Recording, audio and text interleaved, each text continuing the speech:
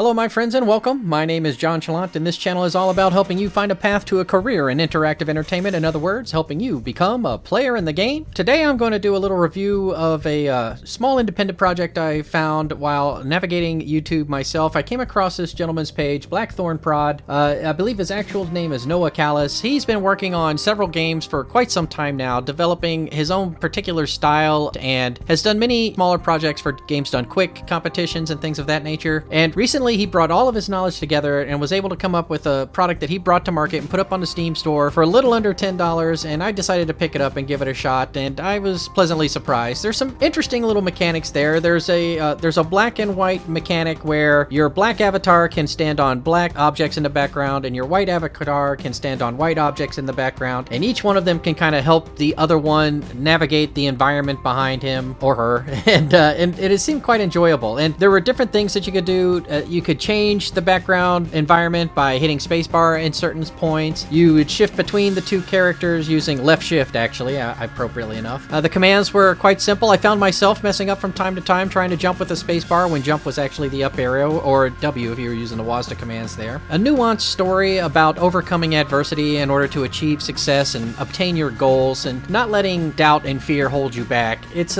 something I would definitely recommend to any of you looking for a small game to take on to finish in about 2 to 3 hours. It's definitely worth your time. Beyond the initial mechanics, there's also some secondary mechanics involved with your mouse cursor that would reveal a secondary background that was hidden behind the main background that you could see. So there might be enemies or objects that would damage your heroes, I'll call them, as they're progressing through their adventure on their little hero's journey. And if you could highlight over those with your cursor, you could then make it a little bit easier to navigate around them and not be hit by them. There were elements where if you inadvertently touched an enemy with your mouse cursor while you were navigating the characters with your WASD or up-down arrows, that they would spring to life and come at you and attack you. So you had to be mindful of that and making sure that you were kind of coordinating in 2 different kind of dimensions there. So, well, I guess you had 2 hands dealing with 2 different dimensions. So it was an interesting little phenomenon there. A nice game mechanic there. Altogether, a well put together project with very few hiccups that I encountered. I am aware that there were some crashes that were happening on the first day, but those were rightly fixed, I presume, or I didn't run into them myself. I found the theme of the game, the story, to be quite motivational and inspirational as I played through it. It was reminiscent of overcoming obstacles of the past I'm sure most anyone could relate to, and I would encourage any of you to go ahead and take the time to give it a shot and see if you like it yourself. I know I enjoyed it. The only nitpicky thing, and it is a nitpicky thing that I could even come up with, is that sometimes when the game screen would start, you would start with the white hero most of the time, but sometimes it would be the black hero. I'm not sure if the decision was that whomever the character was on the bottom of the screen versus the top of the screen was the one who maintained the emphasis firstly. It's just something I ran into from time to time, so do be mindful as you're starting each screen that you determine which hero you're moving before you actually start to progress your heroes across the screen. Otherwise, you might just run off to your doom.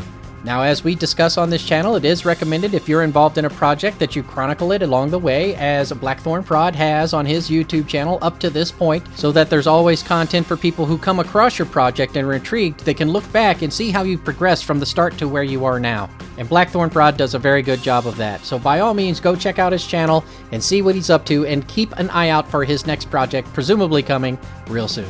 If you've been thinking about developing your own game content, then by all means, be sure to subscribe to follow along as I interview various members of the game development community, and you can gain insight into how they achieve their goals and how you might apply some of their practices into your daily routine in order to achieve your own. Until next time, my friends, thank you very much for watching, and I will see you again real soon.